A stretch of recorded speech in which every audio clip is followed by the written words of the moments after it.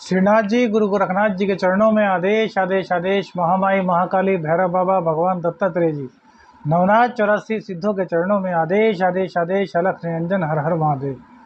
कर्क राशि के लिए भैया शनिदेव का गोचर कैसे रहने वाला है? क्या दाम्पत्य जीवन में दिक्कत आएगी? भाग्य का साथ मिलेगा या नहीं? धन की क्या स्थिति रहेगी? संघर्ष कैसा रहेगा? जॉब मिल पाएगी या नहीं? प्रेम संबंध कैसे होंगे? आइए इसी पर विचार करते हैं कि कर्क राशि पर आखिर शनिदेव के वक्री प्रभाव से क्या होने वाला है। तो देखिए, शनिदेव आपके अष्टम स्थान में बैठे हुए हैं, जहाँ के आपके संघर्ष को इन्होंने काफी बढ़ा रखा है। तो अब वक्री काल क्या अच्छा होगा या फिर बुरा, इसी को लेकर के बहुत लोगों के मन में चिंताएं हैं। तो आज अपनी चिंताओं का समाधान करने का मौका आ गया है। देखिए, शनिदेव अब तक के आपके 4 स्थानों को प्रभावित कर रहे थे। कौन सा? सबसे पहला तो अष्टम, उसके बाद इनकी पहली दृष्टि आपके 10वें भाव पर पड़ रही थी, उसके बाद द्वितीय स्थान को यह प्रभावित कर रहे थे और फिर आपके पंचम भाव को यह प्रभावित कर रहे थे।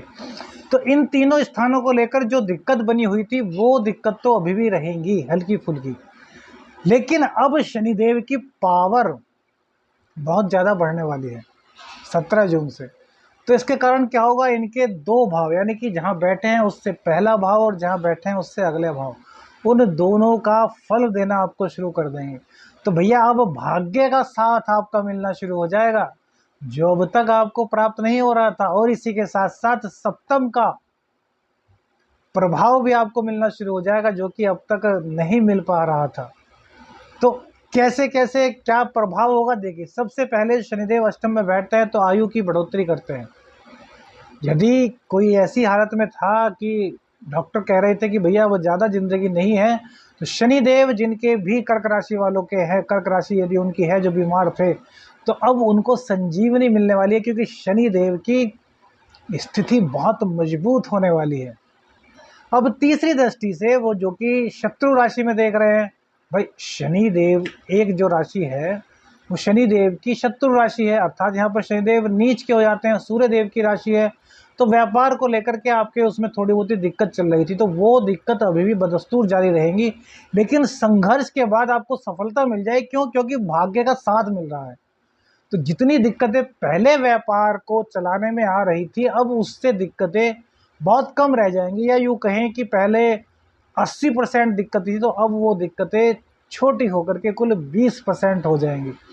क्योंकि संघर्ष तो कराएंगे ना, 100 की 100% समस्याएं समाप्त कर दें, ऐसा नहीं हो सकता।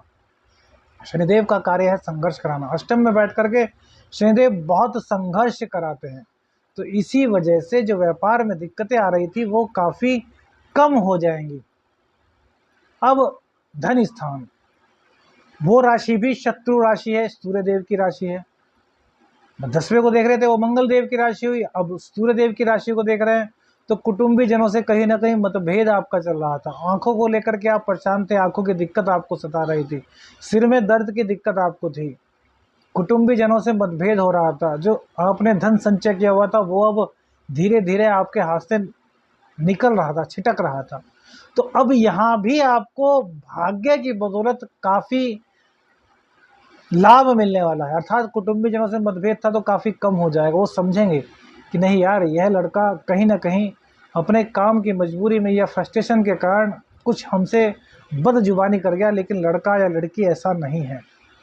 धन आपका जो संचित धन वो खत्म हो रहा था धीरे धीरे, अब उसमें भी कमी आ जाएगी, क्योंकि भाग्य का साथ मिलेगा। भैया कहते हैं कि भाग्य का साथ मिले तो आदमी क्या नहीं कर सकता, और शनि देव अब भाग्य के भाग्येश बनकर के भी आपका साथ देने वाले हैं। तो भैया आपको और क्या चाहिए? अब पंचम भाव, भैया कर्क राशि वालों के लिए दिक्कत चल रही थी आजकल प्रेम संबंधों को लेकर।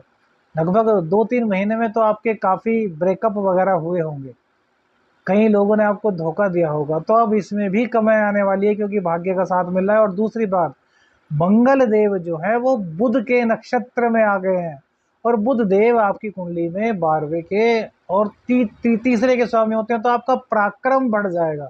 पराक्रम बढ़ने से आप चीज़ों को पहचानने लगोगे, कौन अपना है कौन पराया। पहले तो आपको जो कोई भी कुछ कह देता था आप उसकी बात मान लेते थे, आपके अंदर सीधापन आ गया था, आपके अंदर एक उदासी छा गई थी। जहाँ से आपको कोई प्यार से बोलता था आप उसी के दीवाने हो जाते थे, लेकिन उसके बोलों के पीछे का जो षड्यंत्र था ना, वो आप समझ नहीं पा रहे थे कि भैया वो क्या षड्यंत्र है। तो अब शनिदेव की कृपा से उस षड्यंत्र को आप समझ पाएंगे। संतान से दिक्कत थी तो दिक्कत तो अभी भी रहने वाली है, लेकिन काफ़ी दिक्कतें कम हो जाएंगी। संतान कहना नहीं मानती थी तो वो अब भी नहीं मानेगी, लेकिन अब काफ़ी हद तक वो आपका सम्मान करने लगेगी, आपकी बात को मानने का प्रयत्न करेगी। तो इसलिए आपको भी ज़्यादा स्ट्रिक्ट होने की आवश्यकता नहीं। देखिए, संतान जो होती है वो हमारा ही अंश होती है। तो जो हमारे में एक, अगर हम हमारे अंदर यह बात है कि हमें झुकना नहीं है, संतान के अंदर भी यही बात होगी कि हमें झुकना नहीं। तो उनको झुकाने के लिए, क्योंकि आप माँ-बाप हैं, तो आपको उनसे प्यार से बोलना होगा, सलीके से समझाना होगा, संस्कार का बीजारोपण करना होगा। आजकल देखते हैं भैया बस स्कूल भेज देते हैं माँ-बाप और कुछ लेना देना ही नहीं, कि स्कूल से सीख कर के आएगा। अरे भैया, स्कूल में वो शिक्षा ग्रहण करने जा रहा है, संस्कार तो माँ और पिताजी दोनों से ही सीखेगा। किस प्रकार से दुनियादारी निभानी है, किस प्रकार से आपके घर की परंपराएं हैं, क्या-क्या आपके घर में संस्कार हैं, क्या-क्या आपके घर में रीतियाँ हैं, वो सब क्या स्कूल से सीखेगा? वो सब आपको सिखाना है। तो अब आप क्रोधी हो गए थे, तो अब आपको क्रोधपन पर अपना नियंत्रण पाना है और बच्चों को अच्छे संस्कार देने हैं, तो बच्चा आपकी 100% बात मानेगा। और इन दिक्कतों से निकलने के लिए आपको एक चीज़ और करनी है कि आप हनुमान जी की शरण में चले आइए। प्रत्येक मंगलवार और शनिवार में सुंदरकांड का पाठ कीजिए और इसके अलावा हनुमान चालीसा, एक बार हनुमान चालीसा पढ़िए, अपने सामने पानी रखिए, उसमें फूंक मारिए और वो जो जल अभिमंत्रित हनुमान चालीसा की पावर से हुआ है वो सब के सब जल पी लीजिए। तो घर में जिस तरह की दिक्कत, गुस्से वाली, नकारात्मकता वाली, निराशा वाली, क्लेश वाली जो दिक्कतें थी, वह काफ़ी हद तक समाप्त होनी, दूर हो जाएंगी। अब भाग शनिदेव 7वें को भी आपको फल देंगे, झांके की वो कारक होते हैं। भाई, आपकी कुंडली में 7वें और 8वें के मालिक होते हैं शनिदेव, तो 7वें के मालिक होने से व्यापार को बढ़ा देंगे। दाम्पत्य जीवन में कोई दिक्कत थी तो उसको समाप्त कर देंगे। दाम्पत्य जीवन टूटने के कगार पर पहुंच गया था तो वो चीज़ें दूर हो जाएंगी, आपका फिर से मिलन हो जाएगा। दाम्पत्य जीवन को जो लोग बिगाड़ने के पीछे पड़े हुए थे वो खुद समझ जाएंगे कि वो गलत कर रहे थे। दाम्पत्य जीवन को लेकर के जो गलतफहमियां पैदा हुई थी वो गलतफहमियां काफ़ी हद तक दूर हो जाएंगी। दाम्पत्य जीवन को लेकर के अगर मन में कुछ ऐसी बात आ गई थी कि यार, हो सकता है कि हमारा पार्टनर हमारे साथ कुछ गलत कर रहा है, जो कि एक गलतफहमी या फिर गोचर के कारण कहिए वो आ गई थी, वो सब गलतफहमियां दूर होने वाली है। धन की स्थिति आपकी बढ़ने वाली है, क्योंकि जो शुक्र देव है वो फिलहाल लगन से संबंध बना रहे हैं। और कर्क राशि में चूंकि चंद्रदेव, वो सॉरी मंगल देव इस टाइम विराजमान है, जो कि अब बुध के नक्षत्र से गोचर कर रहे हैं। तो प्रेमी प्रेमिका जो आपको छोड़ करके भाग गए थे, अब वो आपके पास वापस आएंगे, माफ़ी मांगेंगे। निर्णय आपको करना है कि आप उन्हें माफ़ करना है या नहीं। अगर उन्होंने ज़्यादा धोखा दिया, आपके साथ ज़्यादा बुरा किया है, तो फिर आपका निर्णय होगा। कुल उस मामले में हम कुछ भी नहीं कह सकते, वो निर्णय आपको ही करना होगा।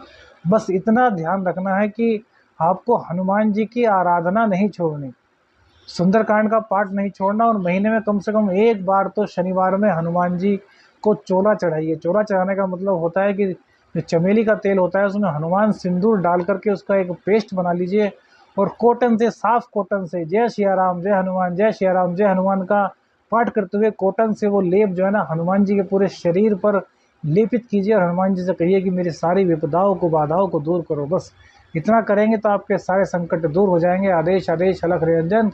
हर हर महादेव।